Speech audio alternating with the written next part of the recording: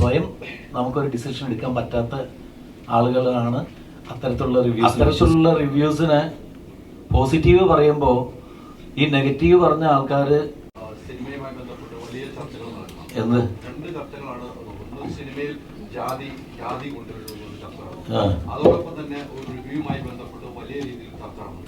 വിട്ട ഒരു വലിയ റിവ്യൂ എന്ന സ്വന്തം അവകാശപ്പെട്ടുള്ള റിവ്യൂ പിൻവലിക്കുന്നു. ഇത്തരം ഒരു കാര്യങ്ങളൊക്കെ സിനിമയിൽ നടക്കുന്നു.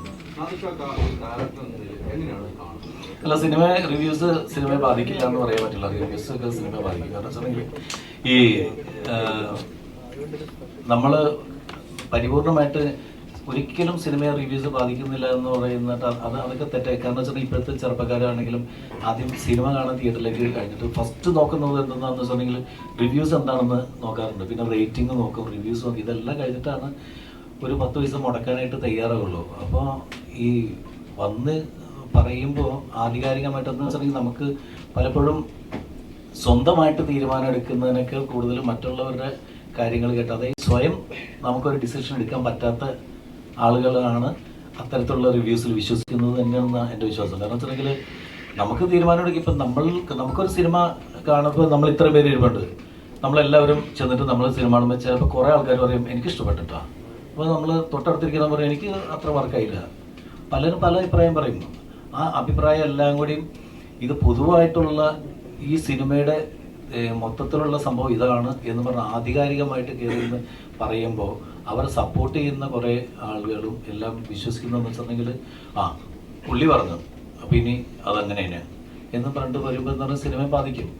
അപ്പോൾ അങ്ങനെ സ്വയം ഒരു തീരുമാനമില്ലാത്ത കുറേ ആൾക്കാരുണ്ട്. അവരത് വിശ്വസിച്ചിട്ട് അവർ സിനിമയ്ക്ക് വരാൻ പറ്റിയില്ലെങ്കിൽ നമ്മളുടെ അത്രയും സിനിമയെ നെഗറ്റീവായിട്ട് തന്നെ ബാധിക്കാൻ സാധ്യത. അല്ലെങ്കിൽ ഇന്ന ആൾ പറഞ്ഞ് അതിന് ഏറ്റവും വലിയ പ്രശ്നം എന്ന് വെച്ചിട്ടുണ്ടെങ്കിൽ അത്തരത്തിലുള്ള റിവ്യൂസിന് പോസിറ്റീവ് പറയുമ്പോൾ ഈ നെഗറ്റീവ് പറഞ്ഞ ആൾക്കാർ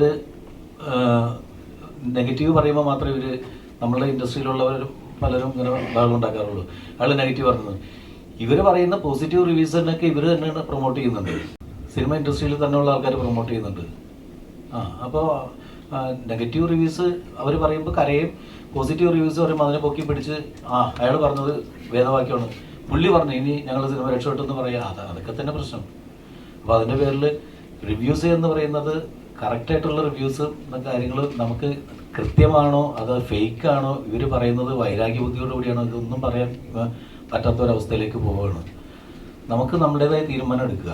നമ്മൾ സിനിമ കാണുക, അത് കൊള്ളൂല്ലെങ്കിൽ നമുക്ക് മുഖത്തൊക്കെ പറയാം എനിക്കിഷ്ടമില്ല എന്ന് പറയാം. പക്ഷേ വളരെ മോശമാണ് ഈ സിനിമ എന്ന് ആധികാരികമായിട്ട് പൊതുവായിട്ടുള്ള ജനത്തിൻ്റെ അഭിപ്രായമാണ് ഞാൻ പറയുന്നത് എന്നുള്ള ധാരണയിൽ പറയാതിരിക്കുക എന്നുള്ള റിക്വസ്റ്റ് ഉണ്ട്. കാരണം കാണുന്നവൻ കണ്ടോട്ടെ, ചിലർക്ക് ഇഷ്ടപ്പെടും, ചിലർക്ക് ഇഷ്ടപ്പെടില്ല. പണ്ട് ഒരു കൊച്ചു പറഞ്ഞ പോലെ എന്താണ്, ചിലർക്ക് ശരിയാവും ചിലർക്ക് ശരിയാവില്ല എന്ന് പറഞ്ഞാൽ നമുക്ക് ശരിയാവണമെങ്കിൽ ശരിയാവട്ടെ, അത്രേ ഉള്ളൂ.